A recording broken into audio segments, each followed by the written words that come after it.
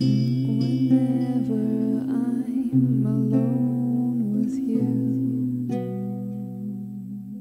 Hi guys, thank you very much for joining me. Polina here from Prague. Sitting here talking to you about you and your month of August. Wow. Okay, so July has been a full-on time for me. I'm sorry if I look a bit sleepy. I'm just waking up. Very nice to see you. Let's talk about you.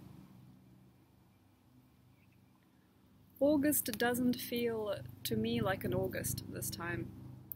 It feels like an October. And why this is because we are asked not to hang on too tightly to what we feel is real. And this is going to be very, very troublesome for most of us, because we really are used to, during this type of time, to condense and to reveal to ourselves the most truth of ourselves. Because this is Leo time, it is structuring a fixed sign. It is a very, very strong and bolshy energy. It is a fixed sign. And usually during this time we don't understand what it is that we really are and who it is that we're really becoming. So during this type of energy, it is not so good to know exactly where and why and how. It is better not to know. What I mean by this is, it is best to have a response to most things I don't know. And this is not about me and my solidification of what is real. This is just how it is in August, I feel. I don't think that this is a good time to strongly protrude or really know exactly who you are going to become in the next year. It's more or less a wondrous time to learn and an excellent time to condition yourself anew. I don't feel it is a very good time to know exactly who you are and where you've been and where you're from, and to proclaim yourself or proclaim your creed or your memories, because it feels to me that this is an incredible restructuring year. So if you're proclaiming something really, really strongly, there is less chance that you're going to restructure your future to your liking. And the best type of energy during this type of August is to release and to reveal to yourself ease and simplicity. Ease and simplicity is where it's at for you and I, and it feels to me that the most important part of this type of structure that we're going to walk into in August is to know when to let go, to know when to fold, to know when to release, and to know when to dodge. Because it feels to me that there's going to be a lot of people, a lot of experiences that are coming like a freight train. And this is not so good for you if you are also, like me, very, very soft and vulnerable sometimes with people, so you allow them to have your way. So prepare at August for a few of us. There's going to be situations where people are just moving towards us, or where reality just barges into us, and we have to know how to dodge and how to say, I don't know, and to reveal to yourself maybe a very interesting way of starting things out, but very subtly, or saying things but very softly, and doing things on a very minute level, not because you're not grand. It is just because sometimes with this type of year, we can land ourselves in a lot of responsibility and a lot of density later if we are not knowing how to lean. So Bruce Lee talks about how the tree that is the strongest is not the biggest. It is the tree that is fine and that knows how to bend. And this is basically the fighter's technique that you might need to adapt this August if you're prone taking on too much responsibility, which is what I am as well. So if you are taking on too much, or if you are looking people in the face and pretending or feeling that it is nice to simplify things, it's usually August is a very nice time to just say yes and just let go, and just to be simple and plain and open and honest. It is not that type of year. It feels to me that the best type of energy here is to lean away from responsibility and to lean back when you can see that people are trying to hold you accountable, and lean away when you see somebody staring you in the face and wanting you to be the love of their life, or wanting you to commit to something with them that you know perhaps you're going to change your mind about. And why is that? Is because we're in fetus state, and I've talked about this during the new moon video. Because of how the new moon went, it kind of shows me the rest of the month.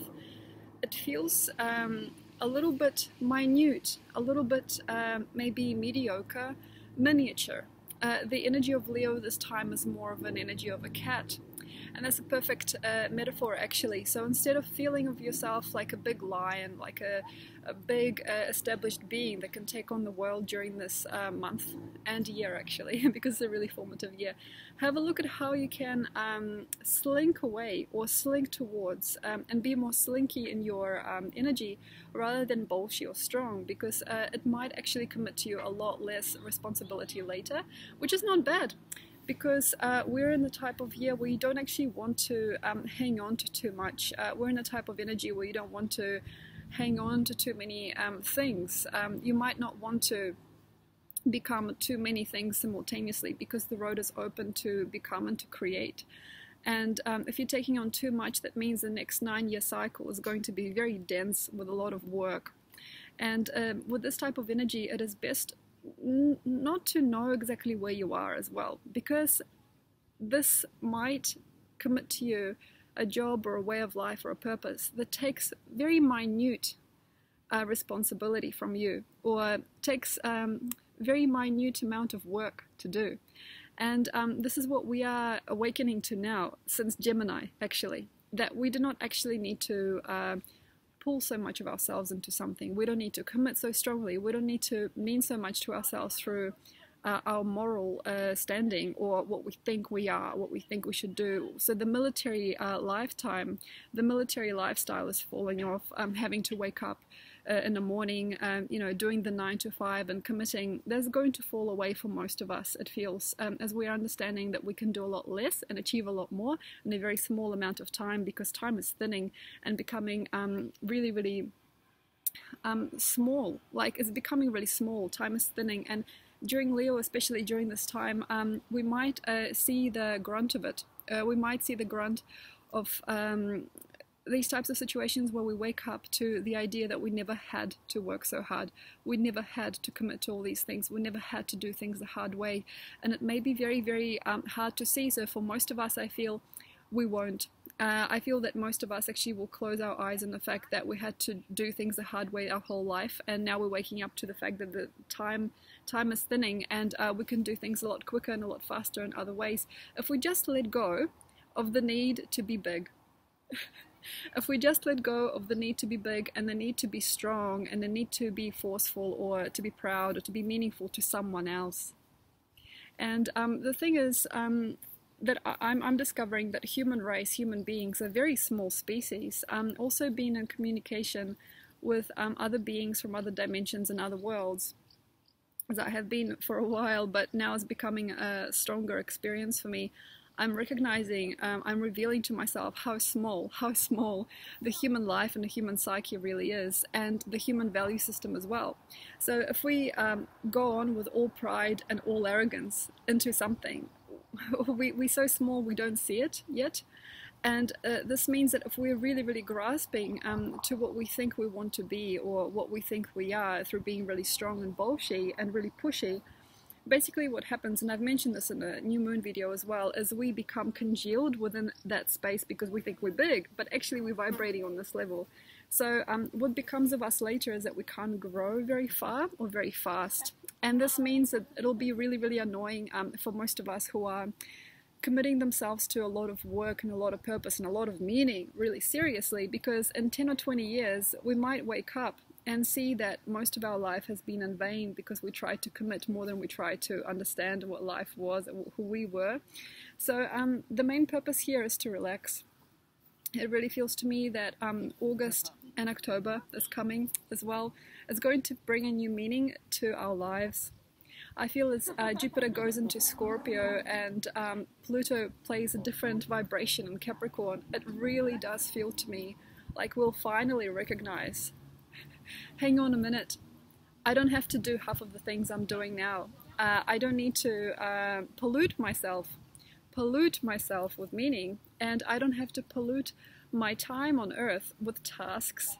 And that's something that I'm defining for myself now, as I'm recognizing that most of my life has been spent compiling and accumulating some kind of meaning for what I've done. And it is a very, very, very harsh release for me, because I'm finally recognizing that life should be fun, and that I don't have to create anything or keep going with anything or give anything to anybody in order to see myself as real, and in order to create for myself some kind of future. So basically all I had to do in my life is really let go and release and become like a child. And this is something that is dawning on me now, especially as we in Leo now, that life should be simple and life should be easy. And the biggest task of us, the biggest meaning is just to be. And that's the purpose, the universal purpose for all things, is just to be. But of course, if you want to fill your life with more rapture or more interest or more ups and down of your ego and ups and down of your mind, of course, connect to a purpose. And if you're there, you can do that too. If you're one of those people that's waking up in August thinking, I need to do the thing, I need to get started, I need to make something of myself, then do it, and have a look at how it takes you, because your next 9 to 10 year cycle might not be exactly what you wanted, but it may look good to other people.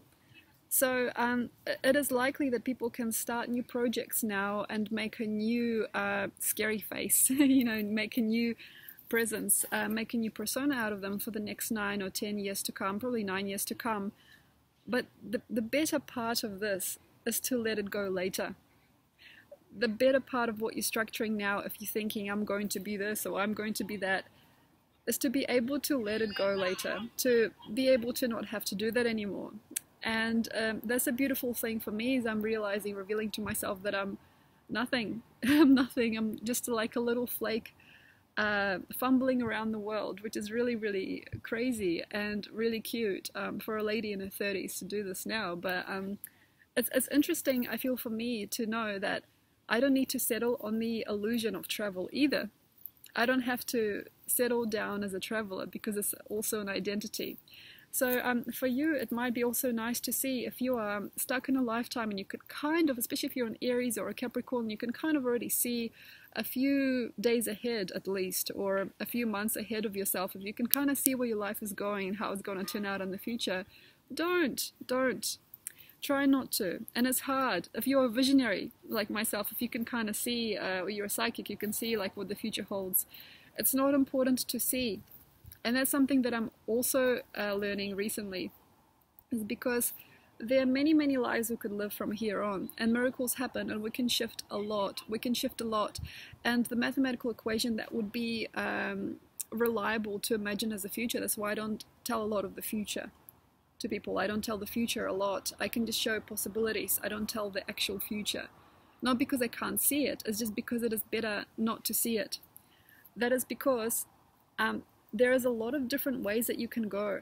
But if you are settling on the idea that you can predict who you are, or you can predict where you'll go, or where you'll be in 10 years' time, or if you can kind of see a very, very exact, strict dimension of where you want to be, it is not good, because quite often miracles happen and new dimensions and new opportunities arise as you shift within yourself.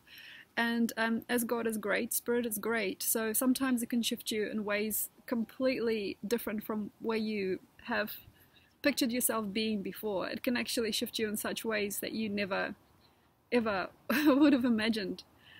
So the mathematical equation that a psychic can see, or that a visionary can see, becomes obsolete, because we're only human, and the human consciousness is only a minuscule portion of what it is to be conscious. So that's another thing, is to understand our misinformation about ourselves, to clear those portals, which is what we've kind of started doing in July, hopefully. So to no longer rely on the old stories, no longer rely on the old patterns with people, no longer rely on old patterns with your mom or your dad or your sisters or your brothers or anybody with you, your children. Not picturing things in a very, very clear way, because sometimes when you believe it, it happens. And when you believe it with a lot of might, the universe gives it to you, just like it gives, like a parent gives a dummy to a baby. So it is really, really important, I feel, for you as it is for me, for everyone, to not strongly suggest to ourselves what the future holds, or what we are, or what we've come to be, so that we can still take advantage of this incredible formative time where we can kind of slip and slide and dilute and almost even disappear into a new equation of ourselves. And this means to me that siddhi states are great. It feels that through meditation and through mantra, and for some people through experience of like constant like breath awareness or yoga, and incredible states where we don't know who we are, vipassana not so much, but more repetitive things, because millions of people are still working in sequence. So having a look at how you can do something that is repetitive, maybe to subdue yourself into nothingness. So repeating, for example, if you are a believer in Hinduism, or you believer in Hare Krishna, you know, repeating the mantras over and over, or creating your own mantra and making a repetitive cycle, or doing things on repeat. If you imagine like yogis using breath and movement for hours on end to connect to a siddhi state, anything like that is possible. But the best type of state is not I am right now, not because you're not, because I am. It's like this, I am. It's very small. The I am of the human consciousness is incredibly tiny. So the better part of it is to know nothing, to know nothing, to know nothing, and to get to this point where everything's fresh, because I feel that youth is around the corner. I actually feel that youth and regeneration for a lot of people, and the ability to become really, really fast in metabolism, or become very, very at ease with their mind or their body, is around the corner. So this is the really interesting hidden aspect of August, all the way up to October. Actually, it's quite a nice portal. It's a nice corridor that kind of started in Gemini, but more like increased by Cancer. So this interesting corridor is regeneration of yourselves, regeneration of your mind, and the regeneration of your spirit into, I'm so fresh, I'm like a baby, and not knowing so much, not conditioning yourself to create a certain type of person out of yourself, not having to condition other people especially, and not having to condition your life. So thank you very much